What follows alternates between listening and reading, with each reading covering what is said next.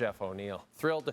I was going to introduce you as the host of Overdrive on TSN Radio, the host, because you've been hosting on the radio because our guy Brian Hayes has been on vacay. Well, right now I feel like Luke Wilson. Yeah, that's right. It's got a Luke Wilson vibe to it. I like it. You should join me for more shows. We can break down games and hang out, but you'd have to be here pretty late at night.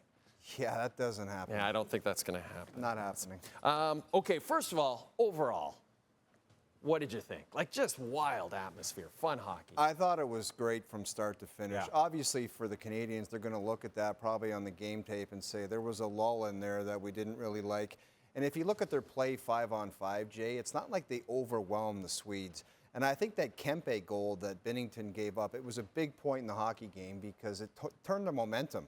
And when you're down 3-1, you're just looking for something. You're looking for something from the refs, maybe a power play. And when you get a goal like that, you're like, all right, fellas, we're back into this. Sidney Crosby was incredible. He came up with the overtime winner. But 5-on-5, I don't think it was Canada's best game, but they had some things happen at the end of the game. Binnington, who gave up that Kempe goal, made some incredible saves in overtime. He did. And Sidney Crosby with the 3 assists. I mean, the talk about him coming into the tournament, was he going to play? What's his injury?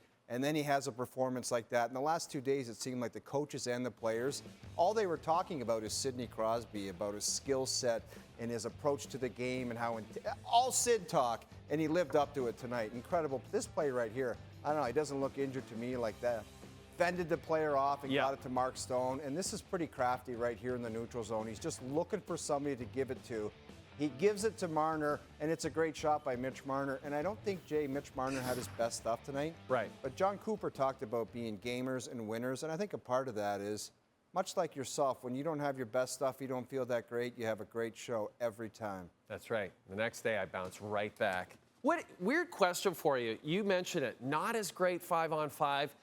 They blow the lead, they go to OT, but in a weird way, when you win in OT, there's something magical about it for a team, right? Like, in a strange way, is it almost better for them to have had to come back? I don't think so. No? I like always winning 5-1. It's a lot. It's a lot more comfortable. Forget I said anything. But when you talk about the chemistry in 5-on-5, these are the best players in the world, the very best players.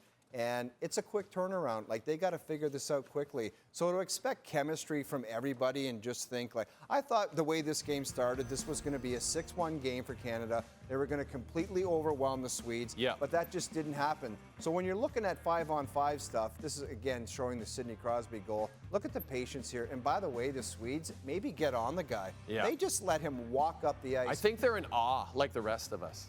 Well, I understand. Sometimes I got staring at Wayne Gretzky, and you're like, what do I do here? Do I just stare and watch this? But nothing good is going to happen. That's what's going to happen. It ends up in the back of the net.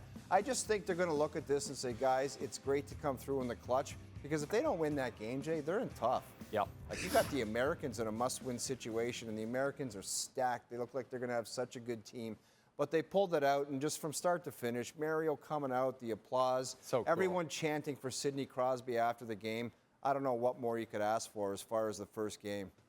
The thing you wish didn't happen was Shea Theodore taking hit from Kempe, and now Shea Theodore is out of this tournament. So Canada's down to 6D, and as we have learned, there's no grabbing Mackenzie Weegar off the bench or Chris Tanev off the bench. You just can't do that. So now you're down to 6D. Travis Sanheim, who's scratched for this one, will obviously draw in.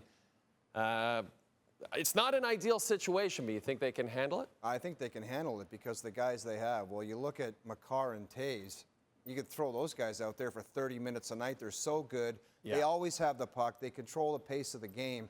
But it just sucks for Theodore. He's such a competitive guy, and I really love his skill set and what he brings to the table. He's a big, rangy guy who's got awesome hands. He skates so well. He controls the pace out there. And to lose him, it sucks for him. It sucks for the Golden Knights, too, or now we're going to have to dealing with that. And who knows how serious it is.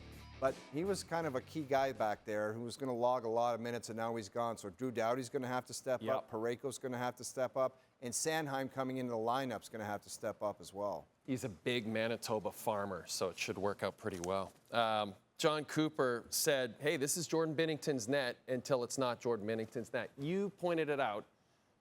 A little shaky again in regulation, almost like Marner, a little shaky in regulation, but in overtime, Binnington was incredible. Was he incredible enough to keep the net on Saturday against the Americans? When the Kempe goal went in, I thought to myself, like, that's after the Forsling goal where it's like the middle of the net under the bar, and you're like, okay, maybe I can get away with that one. But then the Kempe goal, you're like, if I put him back into the net, it would be really risky. You see where these pucks are going into the net? The middle of the net, that's the way I assess things. I'm not sure what Noodles does, but when I see them go in the middle of the net, I'm concerned. But I love the response. And I touched on it earlier. The coach talked about being a gamer. That's part about being a gamer, man. You don't have your best stuff, but you come through late in the game and you make those saves. Hopefully that gives him a ton of confidence and he can build towards that. I'll say you got the net. It's still Jordan Binnington's net until it's not. Yeah. But do me a favor and don't let in another one of those. That would be the coach's message. Yeah, it needs a strong start against the Americans on Saturday, and that will be Canada's next game. Then they'll take on Finland Monday. It's so fast, right? It's like you said, they needed that point tonight in OT. Well, if they didn't, you're in a tough situation. It's game over if you lose to the States. If you drop that one and you lose on Saturday, it's all over.